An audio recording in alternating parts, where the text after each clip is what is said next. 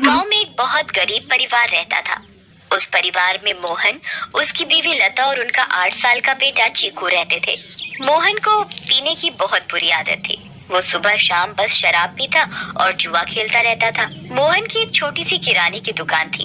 मोहन कभी भी उस दुकान को ठीक तरीके से नहीं चलाता था और जितना भी थोड़ा बहुत उस दुकान से कमाता था, वो सारी कमाई शराब पीने और जुआ खेलने में उड़ा देता था। वो रोज शराब पीकर लता को मारता था और उसे घर चलाने के लिए कोई पैसे नहीं देता था। एक रात लता और चीकू भूखे बैठे थे क्योंकि घर में खाने के लिए कुछ नहीं था। वो देर तक मोहन का इंतजार करते रहे।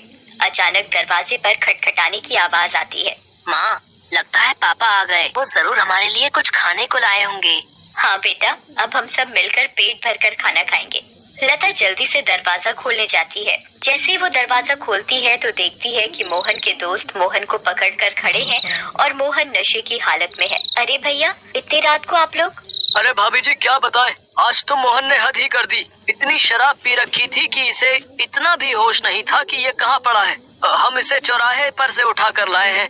अगर कोई गाड़ी वाला कुचल जाता तो बताओ, आप लोगों की तो जिंदगी खराब हो जाती। हाँ भाभी जी, बस आप लोगों का सोचकर हम इसे यहाँ ले आए, वरना तो इसका सबके साथ ऐसा व्यवहार है कि कोई इसकी मदद ना करे। मोहन के दोस्त मोहन को कमरे में ले जाकर लिटा देते हैं और वहाँ से चले जाते हैं। बेटा चीकू, आज हमें फिर से भूखा ही सोना पड़ेगा। मैं तेरे पापा के भरोसे तुझे और भूखा नहीं रख सकती। अब मुझे ही कुछ काम करना पड़ेगा। तो बस आज थोड़ी सी भूख बर्दाश्त कर ले। ठीक है माँ। चीकू और लता दूसरे कमरे में सोने चले जाते हैं। तभी मोहन नींद में बड़बड़ाने लगता है। थोड़ी देर बाद मोहन को होश आता है और वो खुद को अपने घर में पाता है। अरे ओ लता, कहाँ मर गई? मुझे बहुत तेज भूख लगी है, चल जल्दी से मेरे लिए खाना लेकर आ। लता बहुत गहरी नींद में सोई हुई होती है और उसे मोहन की आवाज सुनाई नहीं देती। मोहन 4-5 बार आवाज देता है पर लता नहीं उठती। मोहन गुस्से से लाल हो जाता है और कमरे में रखे एक मोटे से डंडे को उठाता है और दूसरे कमरे में जाता है जहां लता और चीकू सो रहे होते हैं। वो डंडे से लता को बुरी तरह पीटने लगता है। लता अचानक नींद से उठ खड़ी होती है। बचाओ बचाओ, मुझे मत मारो। मैंने क्या किया? मेरी क्या गलती है जो आप मुझे ऐसे बुरी तरह मार रहे हो? मैं आधे घंटे से आवाज दे रहा हूँ कि मुझे खाना दे दे और तू यहाँ घोड़े बेचकर सो रही है, हैं? ऊपर से मेरे साथ जुबान लड़ा रही है। मोहन लता को बहुत मारता है। आवाज सुनकर चीकू की नींद से उठ जाता है। वो अपनी माँ को बचाने की बहुत कोशिश करता है पर मोहन किसी की नहीं सुनता और लता को बहुत मारता है। अगली सुबह जब लता उठती है तो उसे बाहर कुछ शोर सुनाई देता है। वो बाहर जाकर देखती है तो लोगों की भीड़ लगी होती है। लता पास जाती है और पूछती है, क्या हुआ रजनी भाभी? अरे तुम्हें नहीं पता क्या? क्या नहीं पता, बताओ क्या हुआ? यही कि चंपा के पति को कल रात एक चुड़ैल उठाकर ले गई। क्या? ये कैसी बातें कर रही हो भाभी आप? चुड़ैल वुड़ैल कुछ नहीं होता। आप भी किसी की बातों पर यकीन कर रहे हो। यकीन कैसे ना हो बहन, मैंने खुद अपनी आंखों से उस भयानक चुड़ैल को देखा है। उसके लंबे बाल, लंबे लंबे नाखून और दांत, उसकी लाल आंखें और डरावना चेहरा मैं कभी नहीं भूल सकती। जब मैं आधी रात को पानी पीने के लिए उठी तो थोड़ी ठंडक लेने के लिए खिड़की पर खड़ी हो गई थी और तभी मैंने देखा कि एक चुड़ैल चंपा के पति को हवा में उड़ा कर ले जा रही है। ऐसी बात है तो हमें संभल कर रहना होगा और शाम होते ही अपने घर के खिड़की दरवाजे बंद करने होंगे। बिल्कुल सही कहा लता भाभी आपने। सब अपने घर चले जाते हैं। लता भी काम ढूंढने निकल पड़ती है। वो घर घर जाकर काम मांगती है पर उसे कहीं काम नहीं मिलता। अंधेरा होने लगता है और आखिर में उसे सरपंच मिलता है। क्या हुआ लता? बड़ी परेशान दिख रही है। बस क्या बताऊं सरपंच जी, चीकू के पापा का तो सभी को पता है कि वो ठीक से कमाते तो है नहीं और जो कमाते हैं उसे दारू में उड़ा देते हैं। इसीलिए मैं ही काम ढूंढ रही हूँ ताकि अपना और अपने बच्चे का पेट भर सकूं। ऐसी बात है तो मेरे पास एक काम है। मेरी माँ बहुत बड़ी हो गई है और बिल्कुल चल फिर नहीं सकती। मैं उनकी देखभाल के लिए किसी को देख रहा था, पर अगर तुम चाहो तो तुम ये काम कर सकती हो। मैं तुम्हें महीने के 2000 रुपए दूंगा। आपका बहुत बहुत धन्यवाद। बस एक दिक्कत है कि तुम्हें देर रात तक रुकना होगा, जब तक कि वो सो नहीं जाती। मुझे मंजूर है सरपंच जी। ये लो फिर 500 रुपए और कल से आ जाना। लता खुशी खुशी घर जाती है और ये बात चीकू को बताती है। दोनों बहुत खुश हो जाते हैं। तभी वहाँ मोहन आ जाता है। क्या बात है? किस बात की इतनी खुशी मनाई जा रही है? मुझे उनकी बड़ी माँ का ध्यान रखना होगा, जिसके बदले वो मुझे पूरे 2000 रुपए देंगे। तो कहीं भी जाकर मर, मुझे कोई फर्क नहीं पड़ता, बस मुझे दारू पीने के लिए पैसे मिलने चाहिए। तभी मोहन को लता के हाथ में कुछ पैसे दिखते हैं। मोहन वो पैसे लता से छीन लेता है। लता बहुत रोती है और अपने पैसे मांगती है, पर मोहन उसकी एक नहीं सुनता और दारू पीने चला जाता है। लता उन पैसों में से कुछ पैसे अपने पल्लू में पहले से ही बांध लेती है, जिसका वो घर का राशन ले आती है। उस दिन लता और चीकू पेट भरकर खाना खाते हैं, चैन की नींद सोते हैं। दूसरी ओर चुड़ैल का आतंक शुरू हो जाता है। वो आसमान से आती है और गांव वालों के घरों के ऊपर उड़ती रहती है। वो कभी किसी के घर के ऊपर तो कभी किसी और के घर के ऊपर अपने शिकार की तलाश में उड़ती रहती है। अब मैं अपना शिकार करूंगी। किसको लेकर जाऊं आज अपने साथ? किसको? बहुत देर तक चुड़ैल को कोई दिखाई नहीं देता। लगता है इस गांव के आदमी बहुत चालाक हो गए। अब इन्होंने रात को निकलना ही बंद कर दिया। अगर ऐसा रहा तो मैं अपना शिकार कैसे करूंगी? किसको लेकर जाऊं अपने साथ? किसको लेकर जाऊंगी अपने साथ? तभी भोला रात को घर के बाहर आता है और रस्सी पर सूख रहे कपड़े उतारकर इकट्ठे करने लगता है। चुड़ैल की नजर भोला पर पड़ती है। मिल गया मेरा शिकार।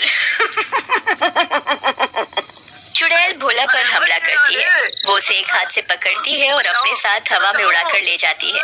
बचाओ, बचाओ, मुझे छोड़ दो, जाने दो मुझे।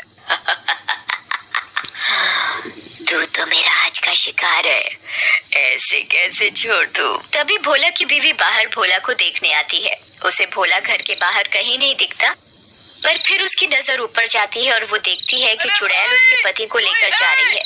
रेखा ये सब देखकर बेहोशी हो जाती है और सुबह जाकर उसे होश आता है। होश आते ही वो अपने पति को हर तरफ ढूंढने लगती है, पर वो कहीं नहीं मिलता। वो यहाँ वहाँ पागलों की तरह भागती है और चिल्ला रही है। तभी गांव के लोग इकट्ठे हो जाते हैं। क्या हुआ रेखा भाभी? अगली सुबह जब लता उठती है तो उसे फिर से घर के बाहर कुछ लोगों का शोर सुनाई देता है। लता बाहर जाती है। क्या हुआ रजनी भाभी, आज किस बात का शोर हो रहा है? अरे लता, कल रात चुड़ैल रेखा के पति को उठा कर ले गई। रेखा का तो रो रो कर बुरा हाल है। बेचारी रेखा भाभी, पर मुझे ये समझ नहीं आ रहा कि वो चुड़ैल हर रात किसी के पति को ही क्यों उठा कर ले जाती है।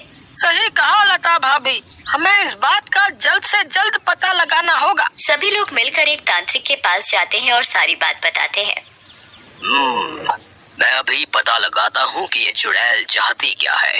ओम ह्रीम क्लीम चामुंडाय विच्चय नमः। ओम ह्रीम क्लीम चामुंडाय विच्चय नमः। तांत्रिक ध्यान लगाता है और उसे वो चुड़ैल दिखाई देती है।